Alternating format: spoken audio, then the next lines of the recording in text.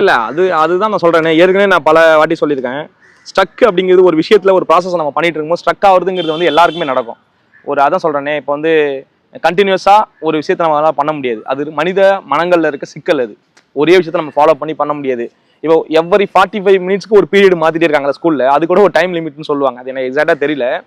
அந்த 45 மினிட்ஸ் தான் உட்காந்து நம்மளால கவனிக்க முடியும்னு சொல்லிட்டு. அப்போ ஒரு 1.5 மணி நேரத்துக்கு ஒரு பிரேக் இருக்கும். ரீசஸ் பீரியட்னு ஒன்று விடுவாங்க. அதுக்கப்புறம் லஞ்ச் பீரியட் விடுவாங்க.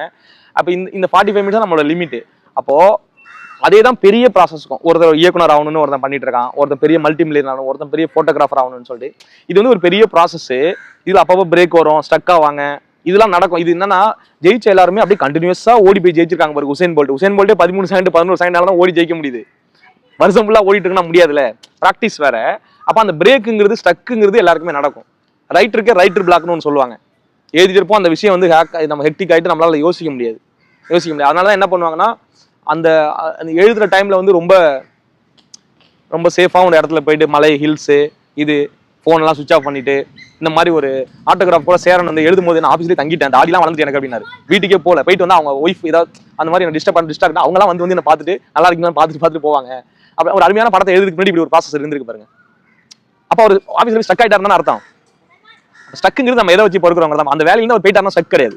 அப்பதான் நான் சொல்றேன், கன்சிஸ்டன்சி பெர்சிஸ்டன்சின்னு சொல்லுவேன். கன்சிஸ்டன்சினா தொடர்ந்து ஒரு செயலை பண்றது. அது இட் இஸ் நாட் பாசிபிள். அது மெஷினால மட்டும் தான் முடியும். கன்சிஸ்டன்டா பிரிண்ட் போட்டு அமுச்சிட்டே இருக்கும். மனுஷனால பிரிண்ட் நம்ம மேனுவல் பிரிண்ட் எடுக்க முடியாது. பெர்சிஸ்டன்ட்னா ஒரு பிரேக் எடுத்து திருப்பி வந்துருது.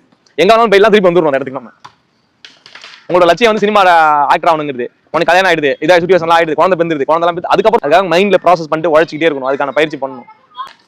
அப்ப வந்து ஸ்டக்குங்கிறது அது வந்து ஒரு மேட்டர் கிடையாது. எவ்வளவு பெரிய ஆளானாலும் ஸ்டக் நடக்கும். ஸ்டக் நடக்கும்போது அந்த டைம், அந்த ப்ராசஸ் யாரோ ஒருத்தவங்க வந்து காப்பாற்றி கொண்டு போயிடுவாங்க. இப்ப நீங்களே இருக்க நிர்கதி ஆயிட்டீங்கன்னா யாரோ வந்துருவாங்க. நீங்க முழுவதும் என்ன டிபெண்ட் பண்ணி இருக்கணும்னு அவசியம் கிடையாது. நான் உங்களை டிபெண்ட் பண்ணி இருக்கணும் இல்லை. இதே நாடகம் யாரால அரங்கேற்றப்படணுங்கிறது யார் என்ன முடிவு பண்ணிட்டு பாருங்க. உங்களுக்கு தெரியுமா? நீ உதயா நடிப்பாங்கிறது தெரியுமா? நாடகத்தை இவங்க சிவா நடிப்பாங்கன்னு உங்களுக்கு தெரியுமா? இவங்க நடிப்பாங்கன்னு தெரியுமா? டைம் வந்து முடிவு பண்ணிக்குது யார் நடிக்கணுங்கிறத வந்து. அப்போ அதுக்கு யாரால டைம் கொடுக்க முடியுது, அந்த நாடகத்துக்கு எவ்வளவு இது பண்ண முடியுதுங்கிறது வந்து டைம் கீழே ஒத்து வராதவங்க போயிடுறாங்க. அதாவது எந்த தாவரம் தான் ஒவ்வாத நிலத்தில் வளரும் ஒரு கவிதை இன்ஸ்டாகிராம்ல ட்ரெண்டிங் ஆயிட்டு இருக்கு. அவ என்னை விட்டு போயிட்டா நான் எப்படி இது பண்ண முடியும்? ஒவ்வாத நிலத்தில் எப்படி தாவரம் வளரும்? நான் கொண்டு வந்து பட்டு ரோஜா பொத்தி வளர்க்கலாம். பட் ஆனா அது வளராதுல. அது காட்டுல தான் வாழணும்னா அது அங்கதான் இருக்க முடியும் அப்படிங்கிற சூழல் இருக்கு.